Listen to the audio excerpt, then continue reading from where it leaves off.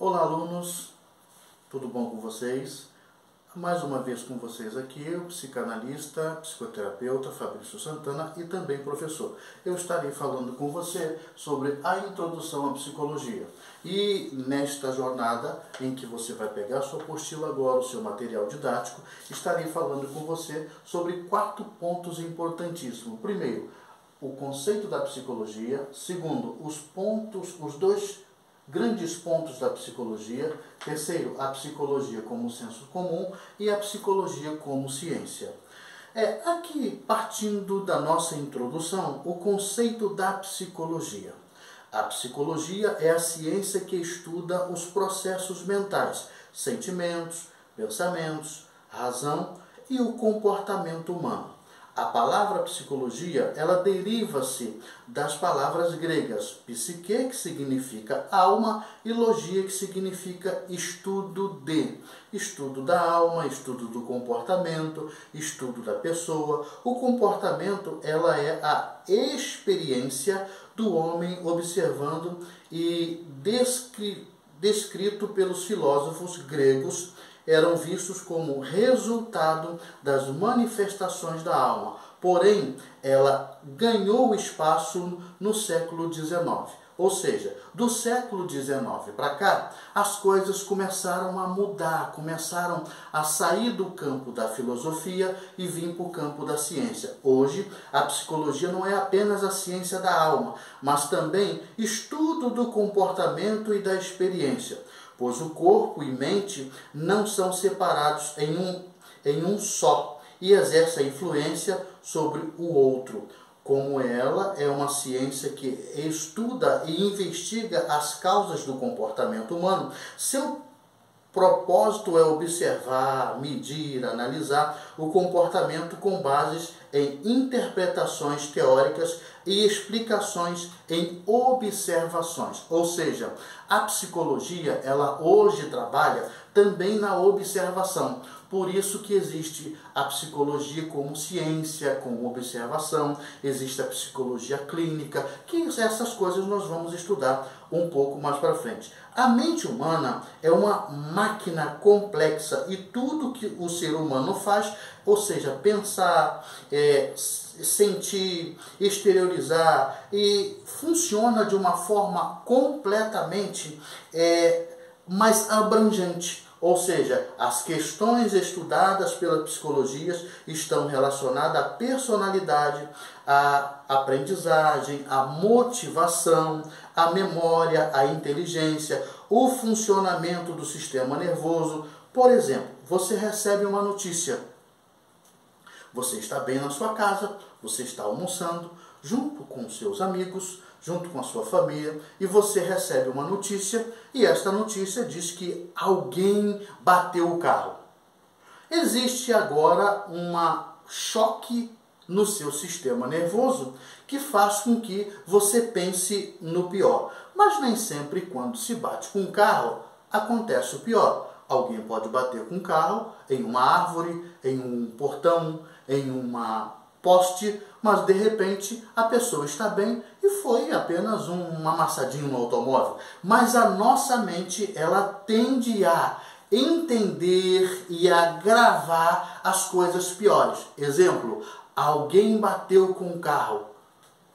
Quando você lembra de uma batida no carro, você lembra apenas de uma catástrofe, uma coisa pior. E aí, o sistema nervoso, ele opera desta forma nas nossas vidas e nós vamos estudar isso um pouco mais para frente. A comunicação interpessoal é desenvolvida com comportamento, como comportamento sexual, agressividade e comportamento em grupo. O terapeuta, em um contato com o paciente, este é o seu caso.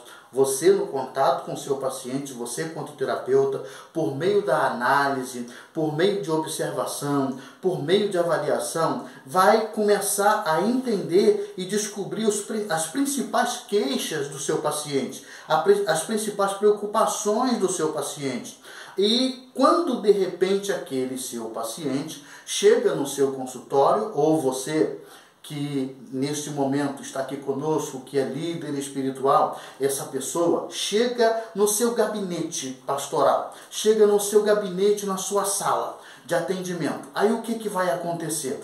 Você vai começar a observar que ela recebe uma notícia, e esta notícia não foi muito boa. Lembra da notícia que eu falei, você no almoço lá, conversando com seus amigos, com seus parentes, recebeu a notícia de que alguém bateu com o carro? Isso também pode acontecer com o seu paciente. Ele recebe essa notícia também não é muito boa, e aí ele vai começar a demonstrar que está com uma patologia clínica. E essa patologia clínica pode ser ansiedade, essa patologia clínica pode ser depressão, porque originou-se de uma notícia que não foi uma notícia que ele interpretou como boa notícia, e a partir de agora ele precisa de um terapeuta. E qual é o seu papel como terapeuta? Qual é o seu papel como terapeuta? O seu papel como terapeuta, neste momento, é ir lá, observar as situações que essa pessoa está vivenciando e começar a trabalhar de uma forma em que você vai começar a analisar, fazer as suas observações e observar, ver qual é a principal queixa e conduzir por meio da psicoterapia, ou seja, do ouvir, do analisar, do que você vai dizer para ele, do que ele vai dizer para você. E muitas das vezes a resposta não está com você, quanto terapeuta.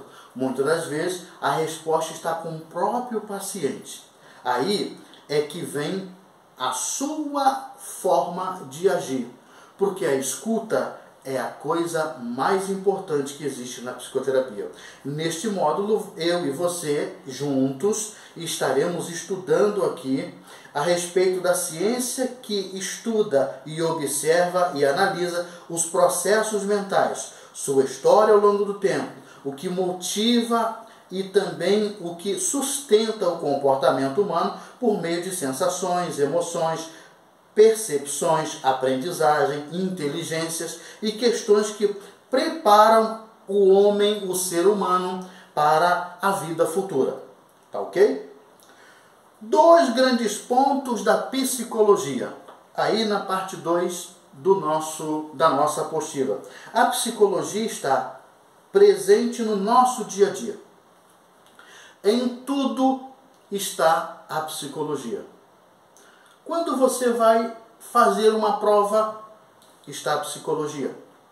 Quando você vai cursar qualquer que seja a sua graduação, qualquer que seja o curso que você vai fazer de habilitação ou um curso técnico, estuda-se psicologia. Psicologia hoje está em tudo. Por quê?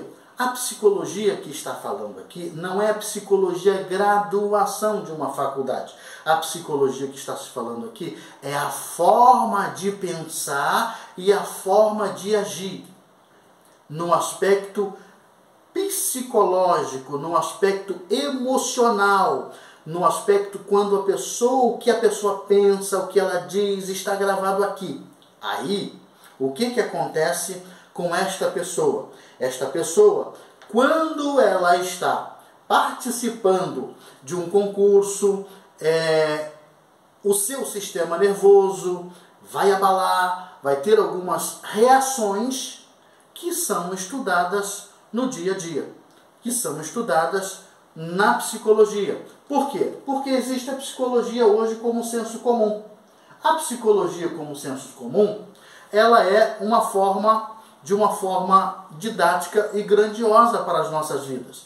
A psicologia, ela funciona como ciência e como senso comum. Tá? A psicologia como senso comum funciona da seguinte forma. Quando você vai prestar concurso, ou então, vamos dizer assim, participar de uma seletividade numa empresa. Existe alguém que vai fazer uma avaliação sua, uma avaliação profissional. Você passou por grandes experiências na sua vida, você é um profissional gabaritado, E tem várias formas de agir no seu trabalho, mas agora você vai passar por uma avaliação. E o que acontece nesta avaliação? O seu corpo físico ele fica com algumas reações. E nessas reações que o corpo físico dá, às vezes dá aquela dorzinha de barriga, às vezes dá aquela vontade de urinar rapidamente. E justamente quando tem 30 pessoas na sua frente, você não sente vontade de ir ao banheiro, você não sente vontade de beber água, você não sente vontade de ler alguma coisa, de mastigar um chiclete, de chupar uma bala. Mas aí, quando você começa a entender que a sua hora de ser entrevistado está chegando, aí você começa a dar vontade de ir ao banheiro, aí você começa a vontade de mastigar chiclete, a saliva sai, parece que não existe mais na sua boca. Ou seja, nós usamos a psicologia o tempo inteiro. Nós usamos a psicologia na nossa vida todo o tempo. E aí vem a psicologia como senso comum e ela trabalha dessa forma nas nossas vidas. Você entra na sala que alguém vai te entrevistar, mas não necessariamente a pessoa que vai te entrevistar é um psicólogo. Às vezes é um gerente da empresa que nunca teve ideia de fazer um curso de psicologia, de psicoterapia. Às vezes é uma pessoa que trabalha mais tempo na empresa que você, do que os outros ali, e vai entrevistar você. Às vezes é o dono da empresa. E às vezes é uma pessoa que entrou, tem 6 meses, mas ele foi escalado para entrevistar você. Ou seja, esta pessoa que não necessariamente tem uma graduação em psicologia, que entende de psicoterapia, ela vai exercer o modo de psicologia no senso comum. Por quê? Porque ela vai entrevistar você. Então ela vai olhar no aspecto psicológico as suas reações, como você se comporta, como você fala. Se você está apressado demais para sair daquela sala, se você está preocupado demais com algum ponto que foi dito na entrevista, ou se você fala inglês e põe ali, e o seu inglês é básico, e põe ali que o seu inglês é avançado, e quando ela toca naquele ponto, naquele assunto, você fica muito nervoso. Ou seja, ela usa o senso comum na psicologia, que esse é um dos grandes pontos. Primeiro é o senso comum.